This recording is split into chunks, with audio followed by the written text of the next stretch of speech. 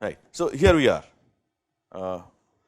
we are back and we are trying to understand how the amplitudes were dealt with in this study by Weiss and co-workers. As discussed, they set lambda Vis to be 572 nanometer, where the assumption was that there is no contribution from the electron. So, A n Vis, the normalized amplitude is equal to chi n e. The entire thing is because of hole of electron, and then we are looking for another wavelength which is designated A NIR. There is no reason to call it NIR actually, it could be a visible wavelength also for all you know, but it is called NIR because it is obtained from the, well, we are working with these amplitudes, remember, and these amplitudes came from the NIR region. Okay. So, this A NIR, yeah, NIR is probe, even Vis is probe. So, what is the wavelength where there is 50-50 contribution? So, as you will see, we will derive something and from there we will arrive at what lambda NIR is as well. Okay. So, start with this, AN at NIR is equal to AN at NIR, contribution of that from hole plus contribution from electron, that is very simply put. And then what we are looking for is this, AN NIR equal to 0.5 chi Ne plus 0.5 chi NH, 50-50 contribution. Okay. Now, see, you have two equations,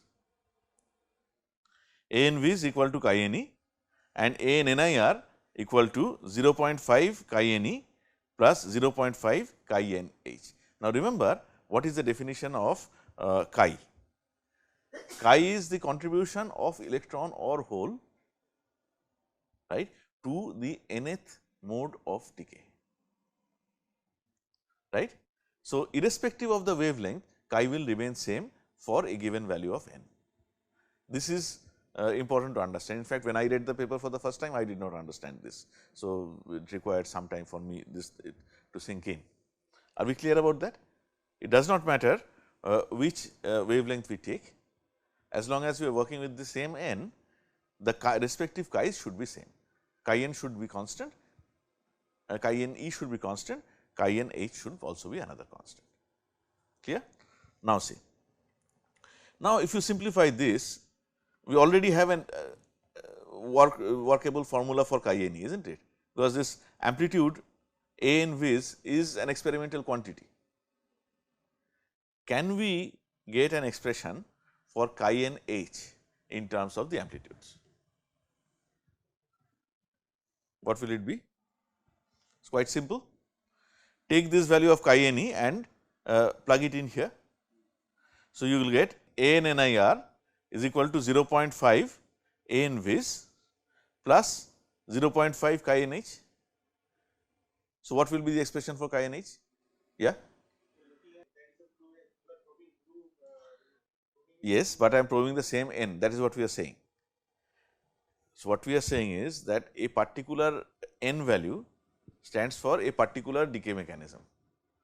Now, that shows up in all wavelengths, all probe wavelengths, at least many probe wavelengths. We are looking at the contribution of the same mechanism of decay in lambda Vis as well as lambda NIR. See, how did we get all these time constants? By a global fit across the wavelengths, right. So, the basic premise of the work is that there are certain fixed decay mechanisms and effects of these can be seen across the probe spectrum. So, as long as you work with a particular value of n, chi n e is the same irrespective of the probe wavelength, chi n h is the same irrespective of the probe wavelength. That is the basic premise of this work and that is the part that may not be very easy to understand when we start. Are we convinced? Otherwise, you cannot say that 4.5 picosecond is a particular decay mechanism. 4.5 you get from all the wavelengths, right. As we saw earlier, it shows up in TRPL, it shows up in transient absorption visible, it shows up in NIR as well. That is exactly the point. This is a comparison between time resolved photoluminescence and transient absorption fitted independently. and that is the beginning of the story. Fitted independently, they get a very good match. First of all, where did 6 time constants come from? 3 came from one experiment, 3 came from another experiment in PL itself. Now, when they do transient absorption, again picosecond and nanosecond, they get actually the same time constants. This mismatch is not much, and what is very prominently absent in transient absorption is 0.73. So, then that is why they got encouraged and they looked in NIR, and when they did global analysis of the NIR data, then they got the same time constant. Of course, they would get the same time constants because they fix the lifetimes, but the reason why they justified fitting the lifetimes is that in any case everything is coming the same. The only problem is that in this time constant, if you take 5 instead of 6, this 0.73 and 0.45, you get this sum over I tau I kind of thing, and the time constant becomes less than 4.5 as you go from higher to lower energy probe. Okay. So, the basic premise is that the time constants are the same irrespective of the experiment, irrespective of the probe wavelength. Otherwise, this analysis cannot be done. Yeah, this is where we were. We said we are going to put n NIR equal to 0.5 n vis plus 0.5 chi NH. So, what is the expression for chi NH? Chi NH equal to, yeah, no, but then that has to be divided by 0.5 also. n NIR minus 0.5 chi NE divided by 0.5. So, you get this chi NH turns out to be 2A NIR minus AN vis, all right. Now, using this, what one wants to work out is eta NE. So, eta NE turns out to be, so you understand what we are doing, right? We have got the expression for chi NE, we have got the expression for chi NH in terms of measurable quantities, that is amplitudes, normalized amplitudes. So, just plug in the values. In the numerator for this expression, well, you get AN vis instead of chi NE. In the denominator, you get AN vis plus 2, what is this? 2AN NIR minus AN vis. So, in the denominator AN vis minus AN vis cancel each other, you are left with 2 AN vis, AN NIR, sorry. So, finally, you get the expression eta NE is equal to 0.5 AN vis by ANR. Okay. Right. Now, what we want is this lambda NIR. How will we find that lambda NIR? In fact, I have given you the answer already, it is 1170 nanometer. How will that be obtained? You just look at the amplitudes, basically plot the ratios of AN vis and AN NIR. What we are looking for is eta NE to be equal to half. When will eta NE be equal to half? When this ratio of amplitudes is equal to 1. So, what they did is they plotted this ratio of AN vis and AN NIR, and they found that it becomes 1. So, you understand what it will be, right? AN NIR, well, AN vis is basically the same throughout, and this is AN NIR. You see there is an inflection here. Basically, the inflection point is the 50-50 point. In fact, you do not even have to do the ratio. From this plot itself, you can see this inflection, you see the inflection, right. So, that is where it is, and we can work with that safely because it is only from whole relaxation, right. So, they determined that lambda NIR equal to 1170. What is the next step?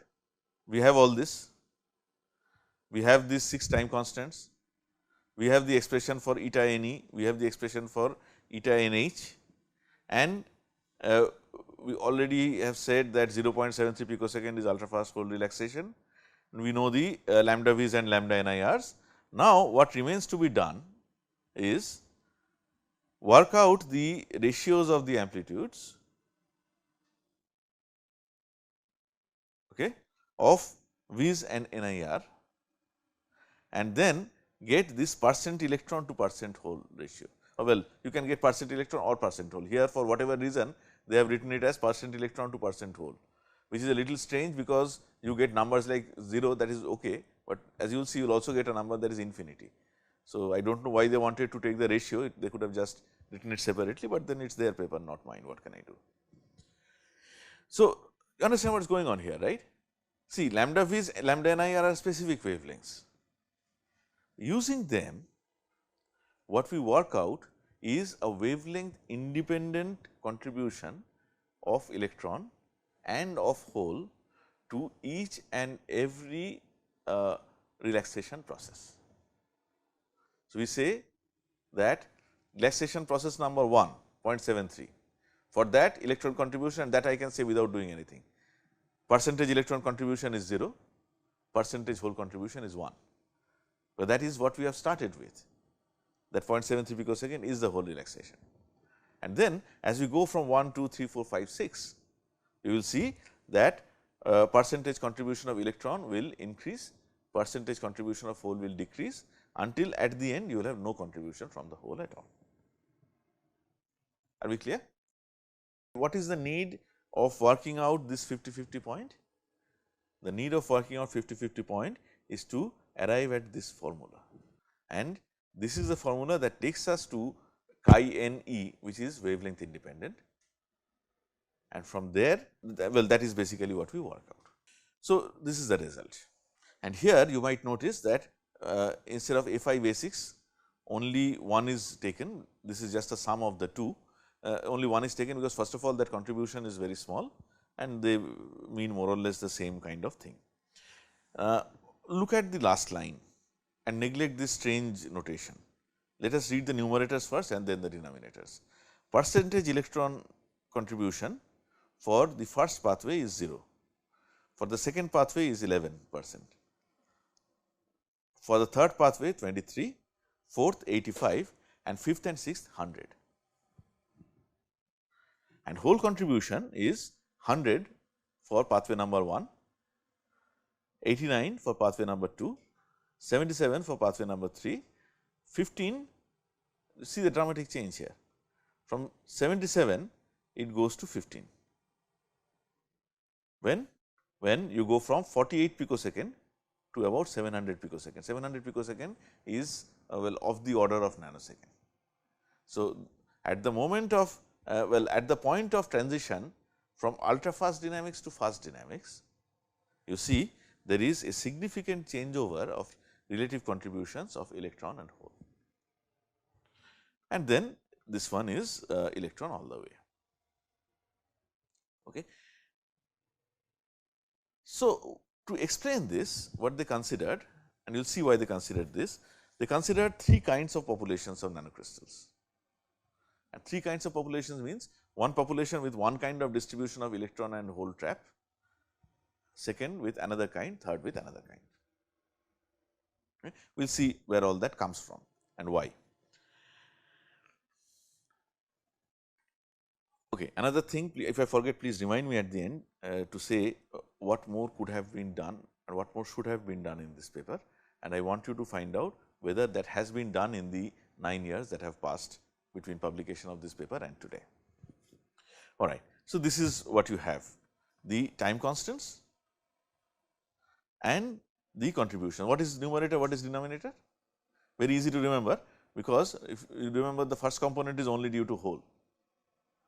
So, denominator is hole, numerator is electron. Okay. Let us go one by one. Let us look at the first component. First component we do not even have to think, it is hole relaxation. So, what would be the meaning of hole relaxation? This? Yeah.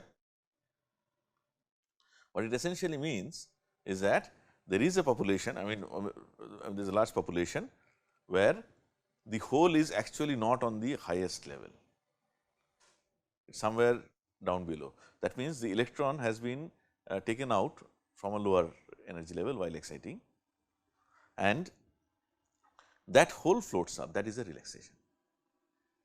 Okay.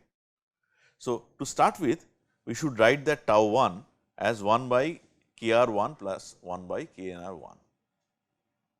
Yeah. But I hope you will agree with me, if I erase one of these terms in the denominator?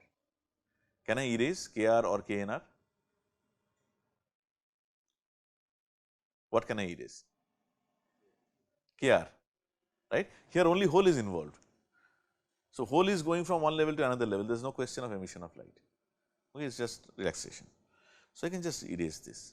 So, actually it is 1 by Kr1. Now, the convention that is used throughout is Kr or Knr is written, and then you write the a number in sequence of appearance of that, nothing else. So, this 1, 2, 3, 4 that we write here is not necessarily correlated with this 1, 2, 3, 4, and that is another point where we can get confused. Okay. One needs to be careful about that. In the first one there is no problem because both are 1, but later on you will see things will get jumbled up a little bit.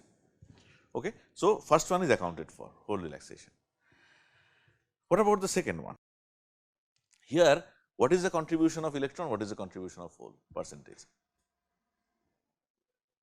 11% electron, 89% hole. Okay. So, we can safely say 11% electron means whatever is in excess, electron or hole, that is being trapped, you can think like that. You have 11 electrons, you have 89 holes. This is what is involved in the relaxation pathway. So, what will happen? The model that is being used is that 11 electrons will radiatively recombine with 11 holes, and the remaining 18 minus 11, 78 holes will get trapped. Am I clear? Yeah, 11% electron, 89% hole means if you have 100 excitons, you are handling here, well not 100 excitons, 100 carriers, 11 electrons are there, 89 holes are there that are relaxing through this pathway. So, this 11 electrons will radiatively recombine with 11 holes, and the remaining 78 right, yeah, 78 holes are going to get trapped, because that is the only way they can get relaxed by themselves. Okay.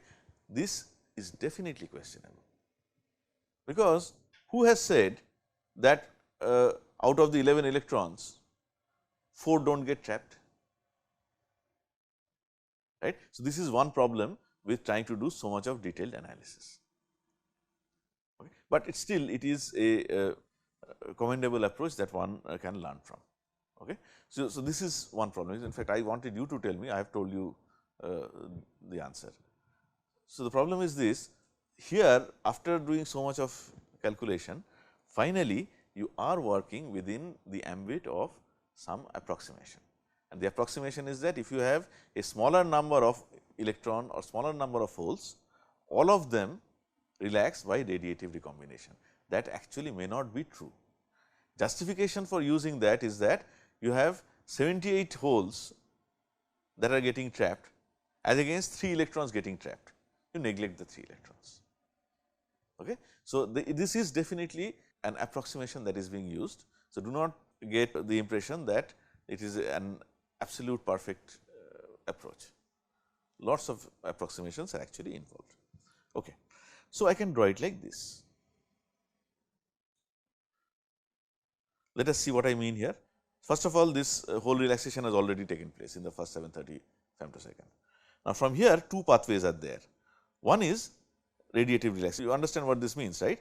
These 2 lines at the bottom, these are energy levels in the valence band. This one is the lowest energy level of the conduction band. This here is a hole trap, this here is an electron trap, and we are working with shallow traps. That is another approximation. Why do I say we are working with shallow traps? Because there is no redshifted emission, right. If there were deep traps, would not you expect PL that is redshifted? There will be significant change, right. But if there are shallow traps, electron or hole, then whenever those trapped electron holes recombine, the energy involved will not be very different from the bandage recombination energy. Yeah, that is why these are all shallow traps. That comes from the steady state spectrum. So, this is one pathway, the radiative pathway. Now, recombination has taken place, that is why you do not see electron or hole. Electron is designated as a filled circle, hole is designated as an empty circle. Okay. So, this one is given the name Kr2, and this is where the deviation from this notation up here begins. Well, not really, because this is true, that is also true. We will see where the deviation comes. Do you understand Kr2? Kr2 is the rate constant associated with the electron hole recombination in this kind of a situation. So, this is bandage electron hole recombination, okay, and that is associated with what kind of time constant? Something like 4.5 picosecond time constant, right. The other thing that is there is KNR2, where the hole gets trapped, all right. So, that is one thing, and this is labeled fast hole trapping, and the need for using the adjective fast will be apparent in a few minutes. Have you understood this diagram? Yeah. So, this is the diagram that is easy to understand. Later on things get a little messed up, little bit of hand waving is there. Okay.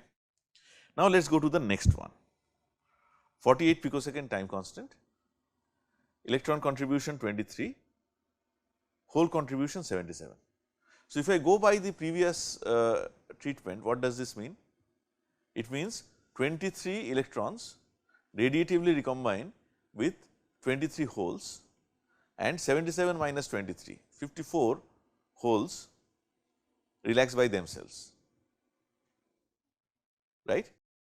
So, what kind of diagram will I get? Similar what I drew earlier. What will change? Instead of writing Kr1, Kr2, I have to write Kr3. Yes. So, this same thing, what we write is that tau 3 is equal to 1 by Kr2 plus Knr3, and this is where the deviation begins actually. So, see here it is Kr2, here also it is Kr2. Why? Because in both the cases the radiative process is electron hole recombination at bandage. There is no reason why we should use a different rate constant there. However, the non-radiative rate constant is definitely different, right. Trapping is definitely different, because time constants are different by an order of magnitude.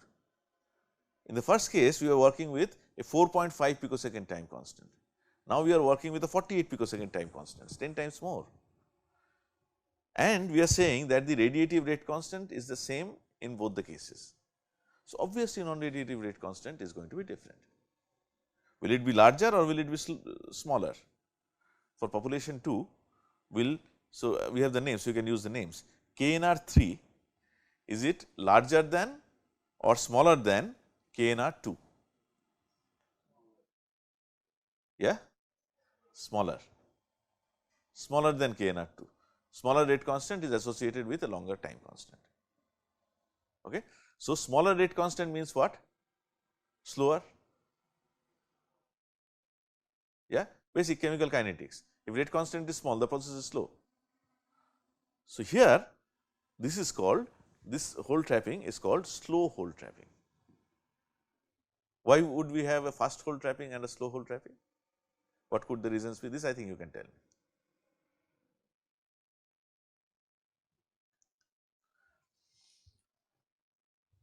First of all, it could be different traps, different kinds of traps where the hole is getting trapped, or it could be different density of traps.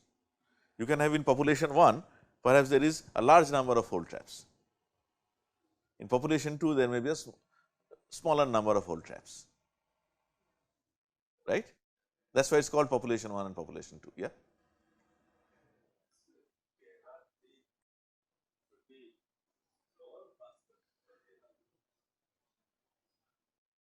KNR2 is smaller. KNR is not slower or faster, time constant is slower or faster. You can say, well, everything is smaller and larger. What I am saying is tau 3 is larger than tau 2. And if you look at the expression, in the denominator, tau 2 has Kr2, tau 3 also has Kr2. So, now my question was KNR3 and KNR2, which one is larger? Since tau 3 is larger, k naught 2 has to be smaller, it is in the denominator. That is what I am saying. Smaller rate constant is not faster. Smaller rate constant is associated with a slower reaction. Rate equal to k multiplied by concentration. So, if k is small, rate will be small, so slower actually. So, the process will be slower. Yeah. Is it really okay to take that KR3 instead of KR2 here? Because the time scale here is 40.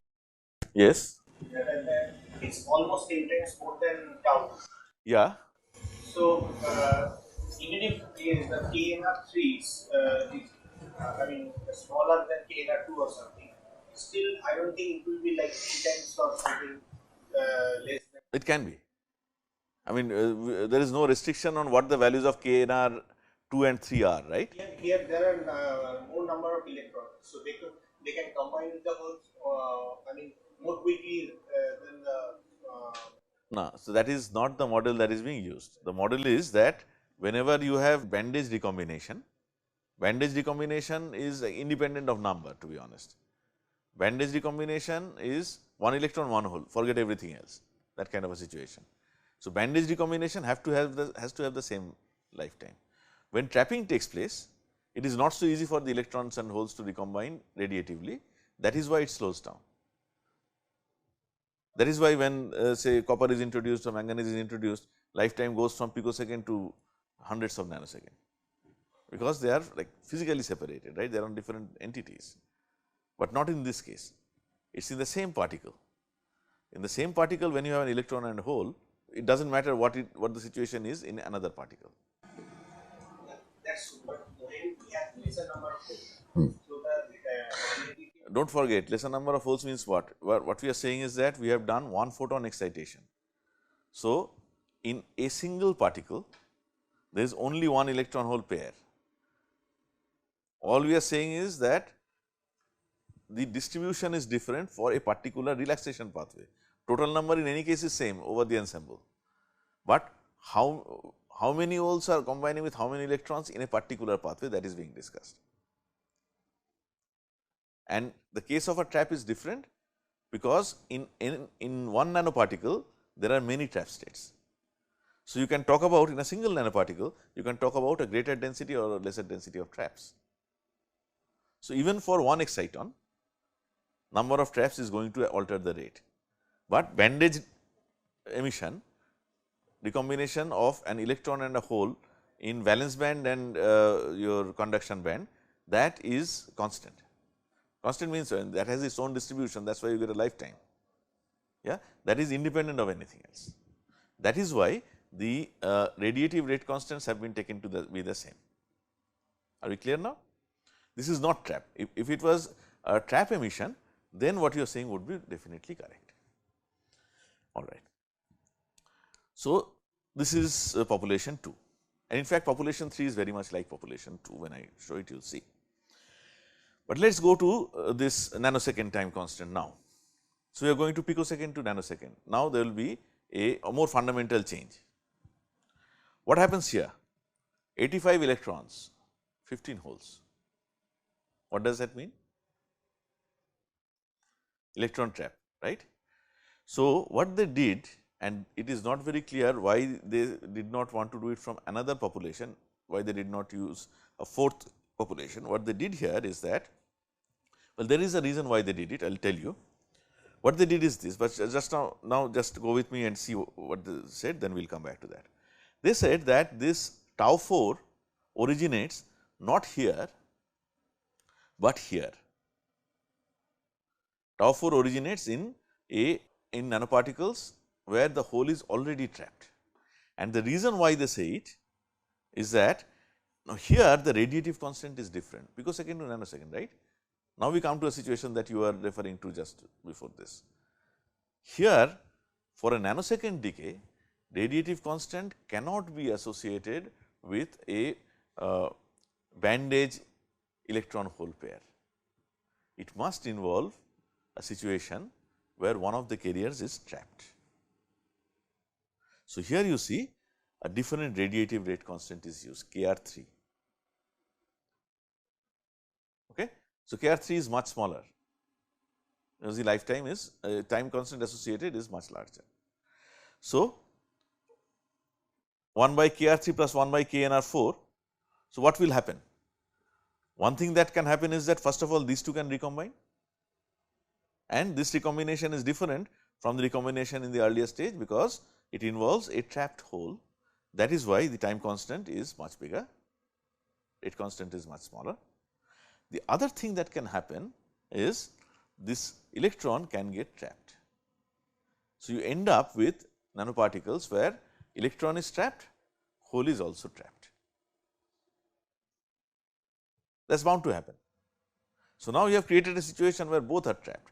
So, if there is any ultra long lifetime in PL, that will come from here.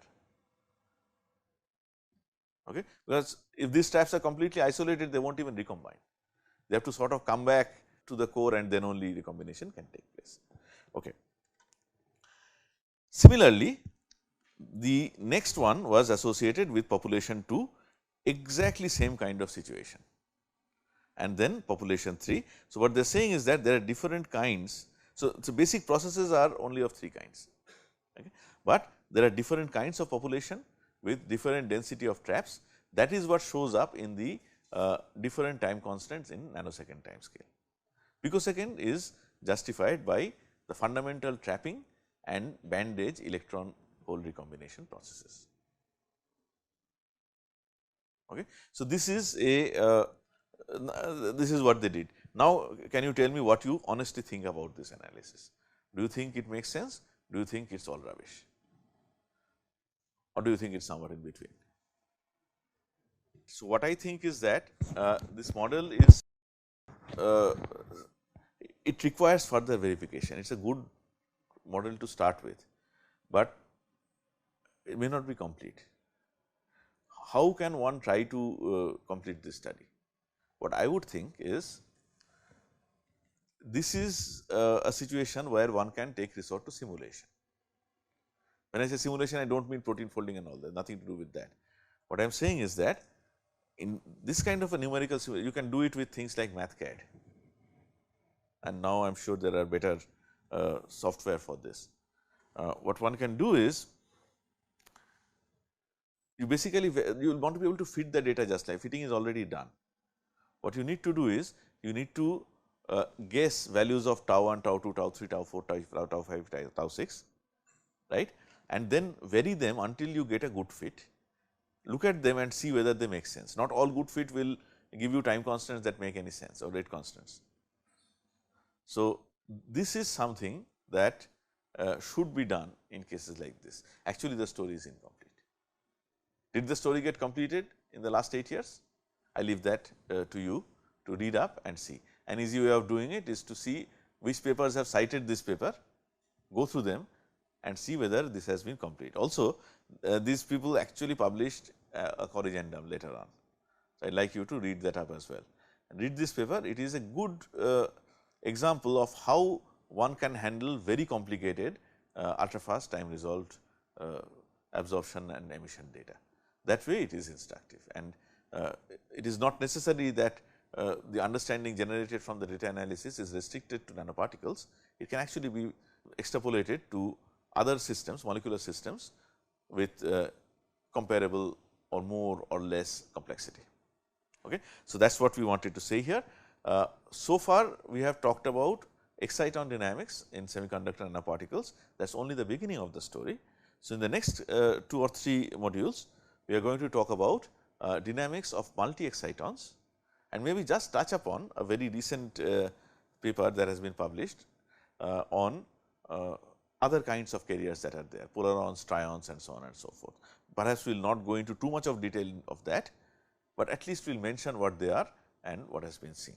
But multi-exciton dynamics is something that we definitely want to talk about, and that is essentially a single paper by Klimov.